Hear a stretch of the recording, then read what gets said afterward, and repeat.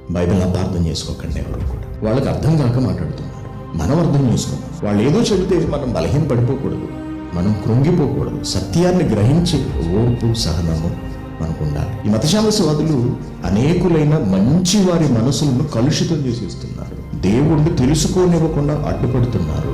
వాళ్ళ ఉద్దేశం ఏంటంటే తమ గ్రంథములు తమ ధర్మము గొప్పది అని చెప్పుకోవడము, అలా చూపించుకోవడానికి క్రైస్తవ్యం చిన్నది అని చెప్పడం.